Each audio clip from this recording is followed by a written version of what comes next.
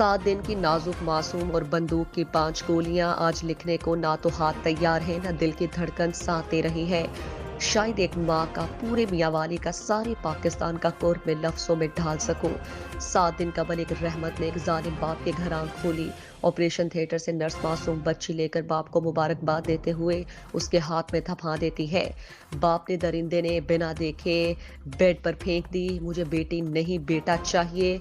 زخموں سے رشتے خون سے کرلاتی ہوئی ماں نے کہا، بیٹی تو روز محشر آپ کو جنت میں ساتھ لے کر جائے گی۔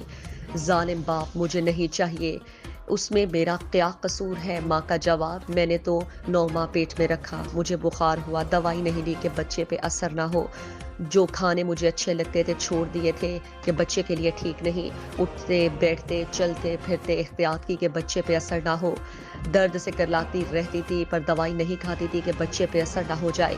بھلا مجھے بتلاؤ تو صحیح میرا قصور کہاں ہے؟ باپ چند منٹوں کی پیدا ہوئی بچی کو بیڈ پہ پھینک کر روم سے چلا جاتا ہے۔ فرشتے روئے نہیں کرلائے ہوں گے جب ظالم باپ نے موقع پاتے ہوئے 5 گولیاں ایک معصوم کو مار دیں۔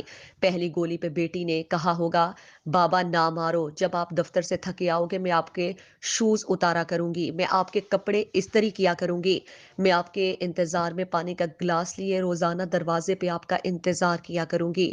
دوسری گولی پہ اٹکتی سانسوں کے ساتھ کہا ہوگا، بابا نہ مارو مجھے، میری ماں مجھ سے پہلے مر جائے گی، بابا نہ مارو مجھے، میرے لیے سلے چھوٹے چھوٹے کپڑے میری ماں کو پاگل کر دیں گے، بابا نہ مارو مجھے، میری ماں میرے پیدا ہونے سے پہلے میرے لیے کھلونے لائی تھی، میرے جانے کے بعد ان کھلونوں کی چھن چھن تجھے بہت رلائے گی۔